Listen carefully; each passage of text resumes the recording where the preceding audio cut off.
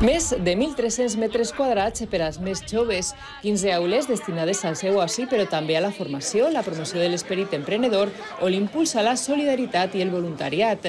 I això són, segons el president Fabra, els eixos de les polítiques del Consell en matèria de joventut. El camino es el de seguir generando oportunidades a los más jóvenes y especialmente en el tema de la formación, porque aquellas personas jóvenes que están formadas tienen más posibilidades de poder encontrar un empleo que las que no lo están.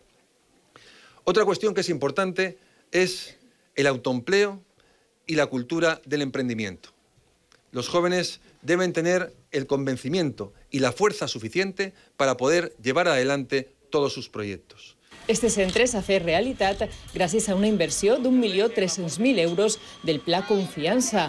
Per al president Fabra és una mostra del compromís del seu govern amb tots els municipis de la comunitat i els seus joves.